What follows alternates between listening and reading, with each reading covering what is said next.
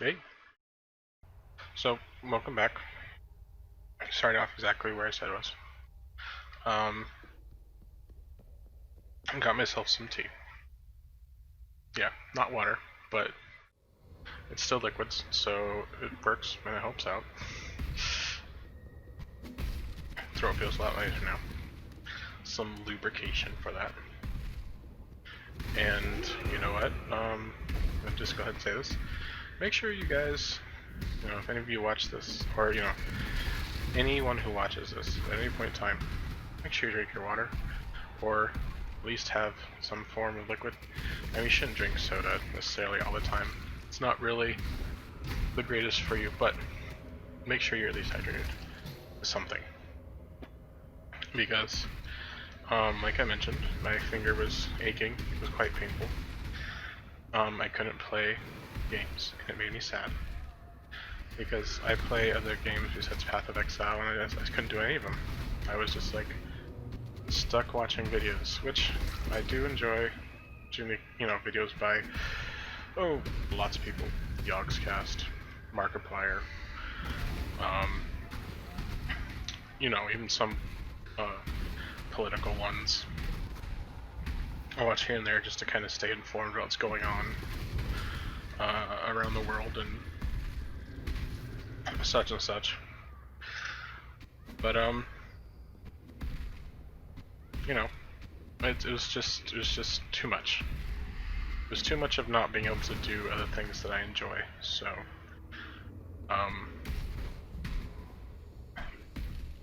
yeah, make sure you drink water. Drink something. Stay hydrated. Amongst other things, also, you don't want to form, deep vein thrombosis. So, also, it's not something I have, but it's something I've read about people having from not getting up. So, while you're playing a game, you should probably get up every once in a while, just do a quick walker in the room, nothing else, just to stretch them. More than likely you're not going to get them from, playing for like 6 hours or whatever, or however when you play. And most people probably don't even have that time to play long. But it's good to walk around. I guess probably you'll end up having to use the restroom and get food at some point, so probably you do get up and move around. Okay. But that doesn't take away from the point. My point doesn't take away from it. Hopefully. Oh yeah, because we're switching into fire, I'm not going to do anything like impale or bleeding, because those require you to have physical damage, and I'm basically already converting 50% of it to, or 60% of it to fire damage. So I'm going to go ahead and go this way and finish converting 100%, so that way I just do a bunch of fire. The question I have for myself at the moment is, should I go here? Should I have gone, instead of here, to here first, and then up, and then back? Was there anything I want along this way?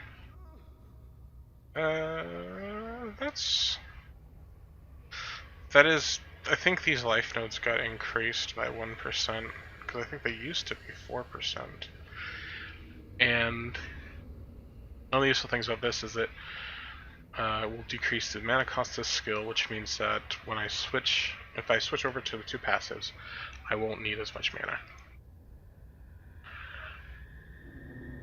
There's also, like this one, you take damage and you regain mana.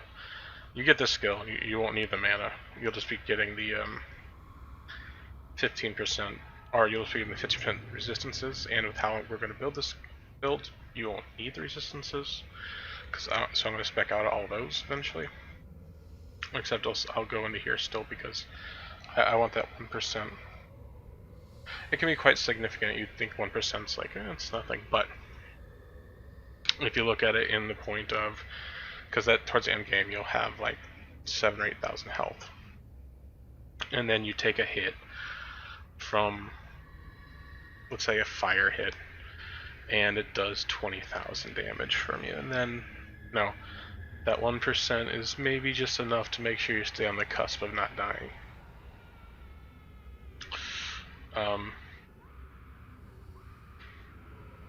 So 1% it can be very significant towards the end. That's also another reason why I wouldn't want to make these all reduced to 50%, is just because, I mean, unless you plan on getting hit basically with only physical. No, because even then you can go up to, like, I think 95, although it's really hard to get that much armor. But then you can only go up to 50. I guess it's easier to hit 50. It's something you could take. I'm not going to take it. I don't think you should. In my opinion, it's not worth it. That's all I'm going to say about that. If you're going to use a shield, though, sword and board, this is a good one, because it just reduces damage you take, and it doubles for chance for block, or attack damage, and spell damage, and it makes it to where, because normally block, when he does activate, reduces it by 100% or something like that, but getting block, unless you put a lot of points into it, is kind of hard to get. But with this doubling it, especially with spells, getting spell block is difficult, and for the most part. But this one, you know, at least if you get up to spell, I think cap is 75 or 85, and then, so if you can get up like to 40, your shield, and then you just kind of double it, and then you have, you know, 45. So 80% of the time you're only taking 45%, or you're taking 65% of damage, effectively 40 or 35% damage reduction most of the time. It'll probably equal out to like roughly 20-ish percent. I don't know the exact percentage, but it's a good thing. It's good to get, especially if you're gonna do anything with shields, and anything with staves, because staves have, a lot of them have innate block in them, like 18%. And then if you go into things like, you know, this one gives you a bunch of spell block and stuff like that, power charges, all other fun stuff. It's most definitely something you should get.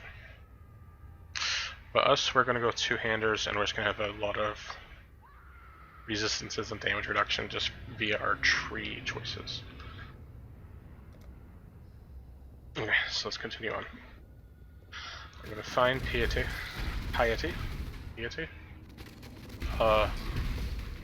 The woman who killed a bunch of people and apparently sleeps around quite often.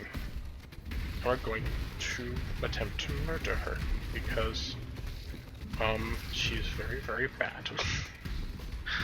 And she has done very rude things to people, including making zombies. No, not making zombies. I guess making zombies.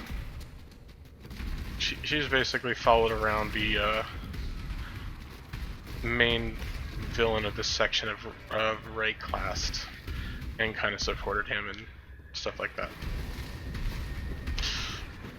So she's a pretty bad lady. I was gonna say bad dude, but it doesn't really matter.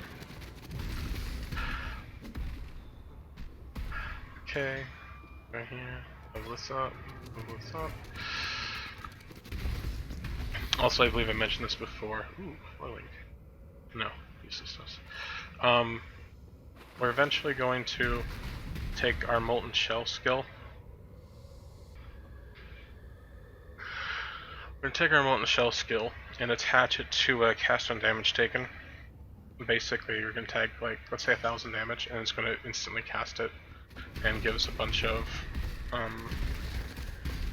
health absorption stuff, so that way we won't die. You can do it. The technically most powerful one is Immortal Call. Yeah, Immortal Call technically is the strongest one, but it has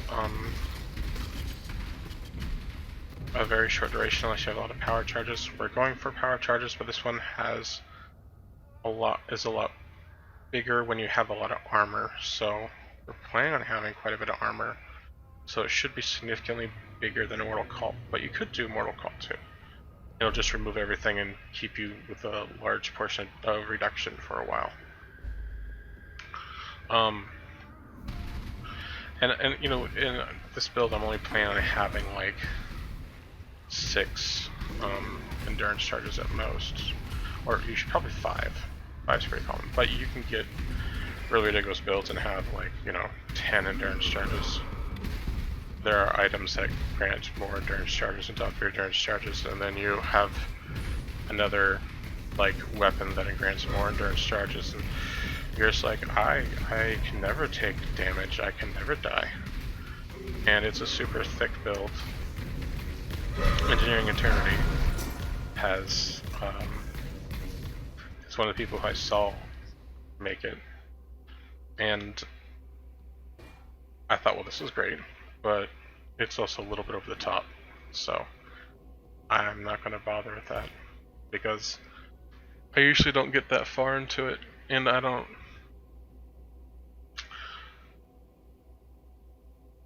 And in general, it's just not something that I typically do.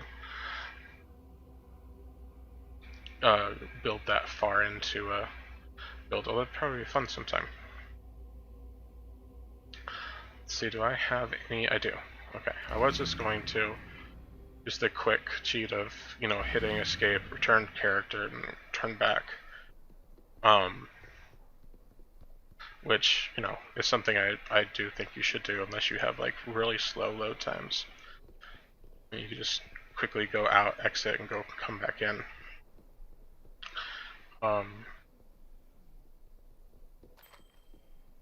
But for now, I'm not going to, but because I had that, I'm not going to do it. Let's see, are these any good? Well, that's pretty good.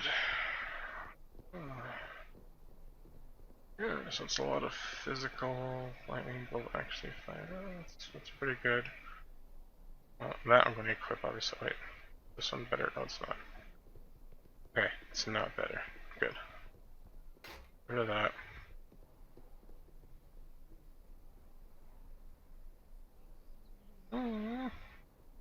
Need more inch for that. I need a replacement for my... I have a replacement. I need something to get rid of this one. Oh look, I have something to replace it with. Amazing.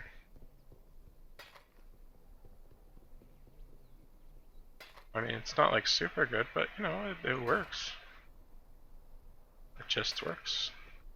As Todd Howard says. Let me look. Does it have a prefix slot? It does have a prefix slot open. Is it?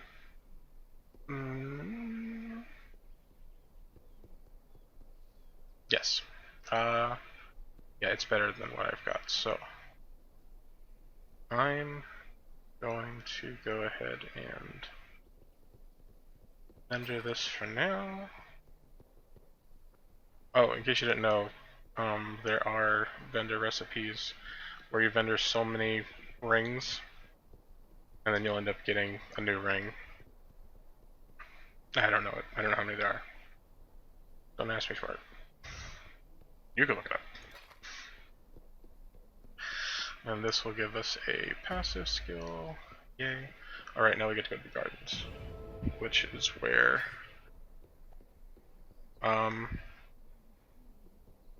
we're going to go and fight the Act boss, as well as finish those side quests. Alright. I'm going to do a couple things, and then I'll pick up from here. But until then, see you guys next video. Bye.